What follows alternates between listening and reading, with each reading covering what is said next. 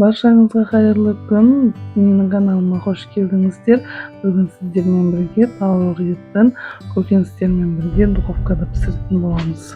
Бізге керекті заттар: тауық еті, картошка, пияз, приправасы, соус керек болады. Тауық еттерін үлкен табаққа салып аламыз барлығын. Үстіне 2 ас қасық соя салып, 2 ас қасық майонез салып, приправасын салып, тұзын салып, барлығын жақсылап маринадтап аламыз. Менің каналыма тіркелмеген болсаңыз, тіркеліп, лайк басып, комментарий жазып кетіңіздер.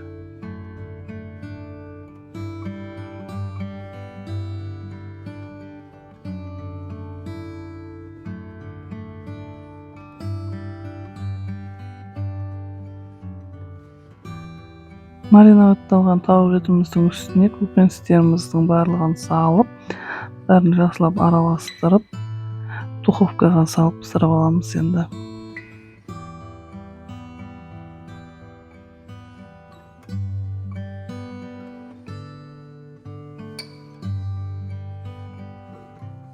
Ыдысымызға фольга төсеп, үстіне саламыз.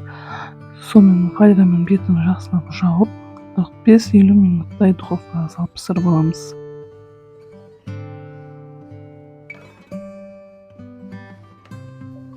Мінекей, тауық етіміз пісіп шықты. Әдемі болып, жұмсақ.